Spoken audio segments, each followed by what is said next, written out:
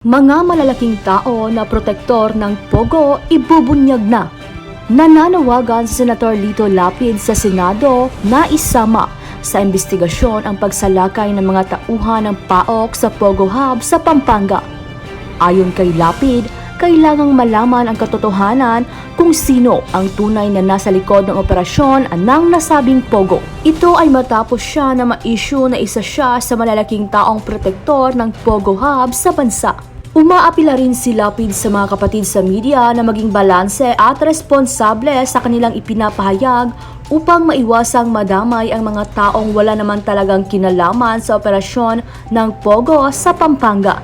Kaugnay nito, pinupuri at sinusuportahan ni Lapid ang pambihirang aksyon ng mga tauhan ng PAOK at iba pang law enforcement at intelligence agencies ng pamahalaan. Mula sa kasama niya si Lito Lapid na nagbibigay protection kasi may problema ang Pogo sa Porac. Napakalaki ng problema kaya kailangan nila ng protection. Si Mayor ang pinakamalaking protection na kailangan nila kasi si Mayor Jaime Jing Capil ang siyang lamang makapagbigay ng tinatag na building permit sa pagpapatayo ng mga Pogo Hub buildings at siya lamang makapagbibigay ng business permits kasi siya lamang ang mayor kaya siya lang ang malaya. Biro mo, barangay chairman ka lang, Mr. Jing Capil. Bago ka manalo ng pagka-mayor, laban kay Mr. David, noong 2019, dyan sa Porac, Pampanga, ikaw ay kapitan lamang sa barangay. Ano bang expected mo? Hindi naman ako nang insulto sa mga kapitan, pero expected mo na maliit lang kita mo. Pero naging mayor ka, nanalo ka, tuwang-tuwa mga kabalin mo at nanalo ka. So nanalo ka, 2022 nanalo ka ulit. Noong 2022 nasimulan yung Pogo dyan. Aba, ang nangyari kay Jing Capil, siya lang ang yumaman. Hanggang ngayon siya lang ang malaya sa Porac, Pampanga. Bakit? Multi-millionaire na po si Jing Capil. Ang bahay niya po, mansion, sa loob ng Victoria Tourism Park. Diyan sa loob ng kung saan mo makikita ang tinatawag na Pogo. Ang Victoria Tourism Park po ang may-ari ng napakalapad na lupa kung saan mo makikita ang Pogo compound, ang Pogo Hub. Yan pong Victoria Tourism Park, yan po ay isa na o hindi kaya kabuuan mismo ng kabuuang lupa na hindi bumababa sa 40 hectares na inagaw ng grupo ng Grand Palazzo Royal na pag-aari ng mga Cruz na apelyido at pinangungunahan ni Mr. Roberto Liwag Cruz na kumbaga inagaw labag ito sa mga magsasaka at para ipaliwanag ko, isisiwalat ko sa susunod kung paano nila inagaw ang lupa sa magsasaka na ito po ay lupang agraryo. Ay papaliwanag ko, isisiwalat ko ang lahat ng karumal-dumal na gawain na ginawa ni Mr. Roberto Cruz at siya naghahatag para sa protection kay Gloria Macapagal Arroyo, kay Lito Lapid, kay Governor Dinis Pineda, siyempre kay tatay niya, kay Bong Pineda, kasi ang isa sa pinakamalaki na mama dyan sa likod ng Lucky South 99, anong tawag dyan? Basta Lucky South 99, ang tawag dyan, outsourcing, ay yan ang papatakbo ng Pogo. So ngayon, meron dyan control si Bong Pineda.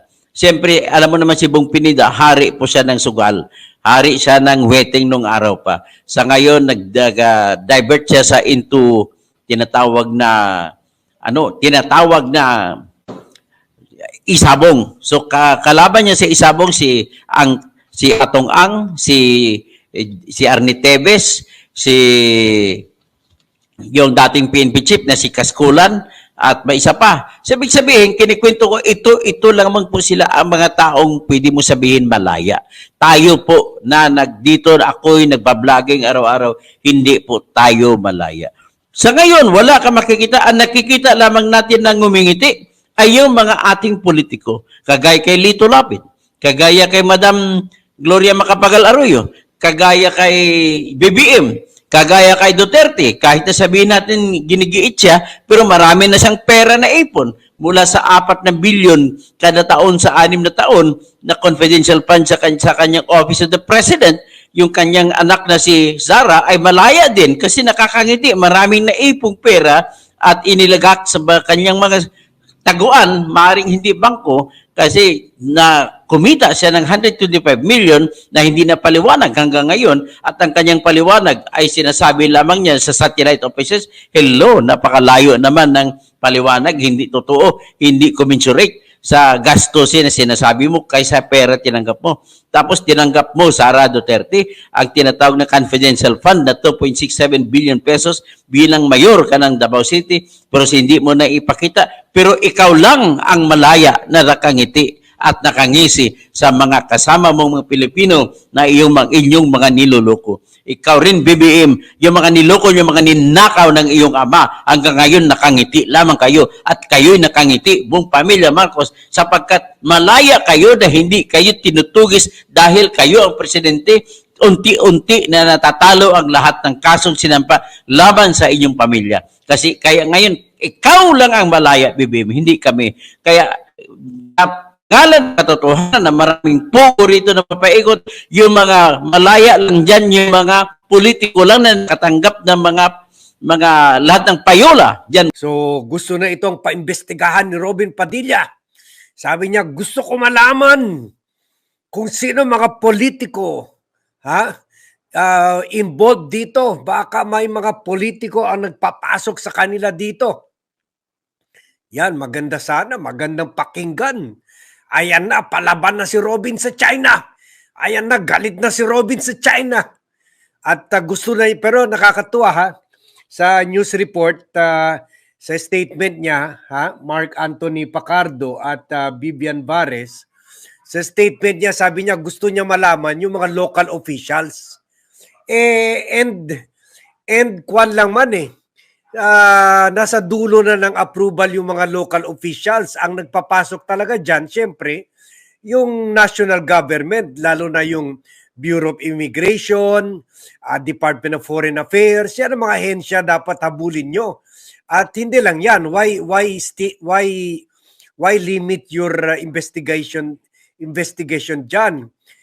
Alamin nyo kung sino nagpapasok mula pa sa time ni President Duterte na amo nyo. Mr. Padilla, amo mo. Hindi na kailangan tanungin kung sino pa mga politiko involved dito. Si President Duterte, si Sara Duterte, si Bongo, huwag ka na lumayo, Robin. Banggitin mo na, yan naman talaga. Huwag ka pa local government pa dyan kasi walang magagawa ang mga local officials o kahit mga financer nila kung walang approval sa taas. Siguro karamihan dyan, karamihan sa mga Pogo outlet na nire-rate na ngayon, sa Bamban, lahat ito nagsimula sa Duterte administration kasi kayo ang nag-approve ng batas dito. At mamaya babanggitin natin yan just to remind you. Kasi pwede rin, imbestigahan rin ng mga yan. Imbestigahan na lahat. Imbestigahan na lahat. At nakakatuwa, in reaction dyan sa nakahanap ng mga nakakita ng mga uniforme ng PLA or People's Liberation Army, nagsalita na rin ito si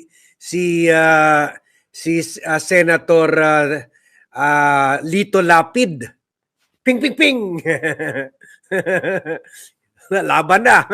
So, nagsalita rin. Sabi niya, gusto rin daw niya malaman, dapat daw imbestigahan yung mga politiko behind dito. Kaya medyo tama yung decision ni VAT at saka ng team namin. Marami sa amin nagpi-fit ng balita na kasama daw dyan sa financer daw dyan si mga Pineda ng Pampanga, si Lito Lapid, at iba-iba pang mga politiko. Pero sabi natin until mayroong prueba na credible talaga, hindi natin papatulan yung issue na ginagawang expose ng mga ibang vlogger ngayon. Marami sinasabi, oy vlog, i-report mo yun, si Lito Lapid, financer daw dyan, involved daw dyan, enabler rin daw ng mga Pogo, VAT. Kwan ka VAT, dadami yung kwan mo, dadami yung mga sensational news ito VAT, dadami yung views mo, dadami yung kwan mo, yung subscribers mo. Pero sabi natin, wag na, bigyan nyo muna kami ng dokumento kasi alam naman natin, yung iba naman mga vloggers na hindi nabayaran, yung iba gusto lang talaga i-sensationalize mga issues para dumami yung kwan nila. Pero they do that at the expense of the truth. At saka ginagago nila yung mga subscribers nila. Kawawa.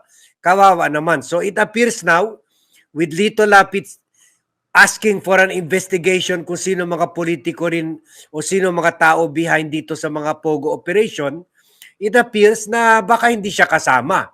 Baka hindi siya financer. Baka siya nagagalit na rin siya na dinadrag yung pangalan niya dyan. So maganda, lintayin muna natin yung investigasyon o kung sino makapagbigay sa akin ng dokumento. In the absence of that, hindi tayo sasakay just because of views or just because binayaran tayo. Independent tayo at truthful vlogging. Di bale na, di bale na. Hindi mataas ang views natin. Di bale na, maliit ang channel natin. Di bale na, naunahan na tayo ng mga ibang sensational na vloggers na mas dumami yung mga subscribers. Basta hindi tayo sasakay sa issue.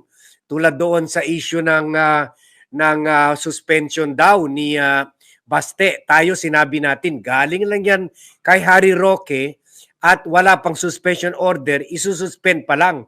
Eh yung mga ibang vlogger na gusto talaga hinahabol more yung sensational news at para makarami ng views, makarami ng subscribers, sinabi na, suspended na ba si Kwan? Suspended na daw si Baste. Eh andyan pa naman sa pwesto hanggang ngayon At sabi natin, baka pwede trial balloon yun para mag-people power yung mga tao dyan sa Davao. Eh yung nga talaga, trial balloon nga at semplang na naman, wala na naman na people power, bokya na naman. So kawawa naman itong mga Duterte. Parang hanggang sa Pogo lang pala ang galing nila. So pakinggan natin yung news ng mga ni Robin Padilla na tinatanong kung sino daw mga politiko, pero yung nasa harap lang niya, hindi niya nakikita na si President Duterte at si Bongo. Yung parati niya kausap. Pero ngayon, gusto niya imbestigahan at gusto niya malaman kung sino daw itong mga politiko behind sa Pogo. Eh, tawagan mo na lang yung kwan mo, yung poon mo sa Davao at saka kausapin mo si Bongo. Alam ni Bongo yan, lahat. Dapat nga ito isa lang sa investigasyon Dapat nga lie detector test pa ito si Bongo.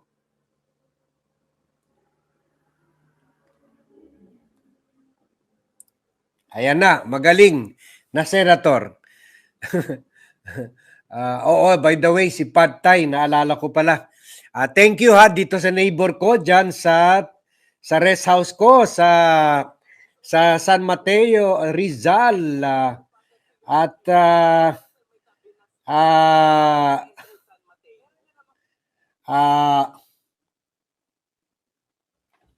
Andali.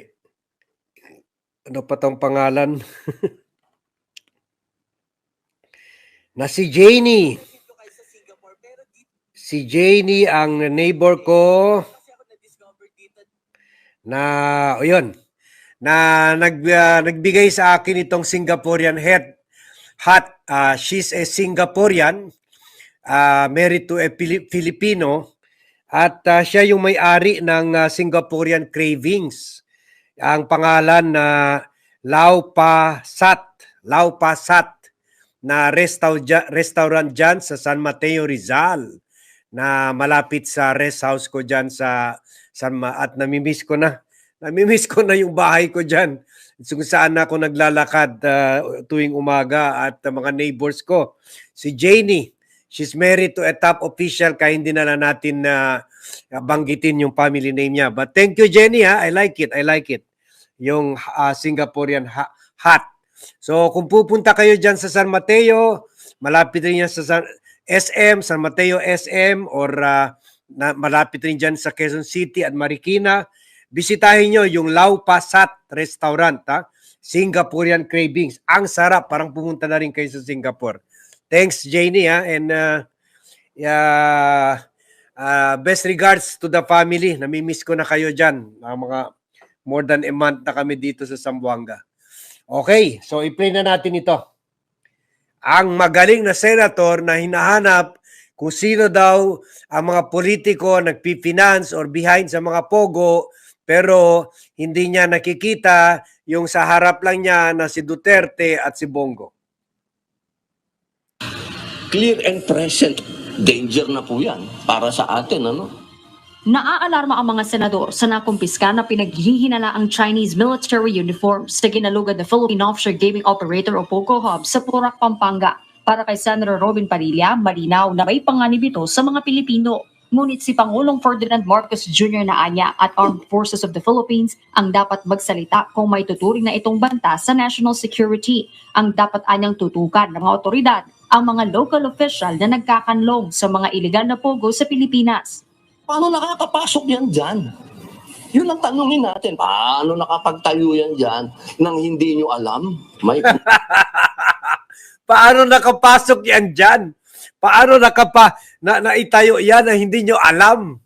Sino ba nagpapasok niya? Kaninong administrasyon ba na may ginawang batas legalizing the operation of Pogo?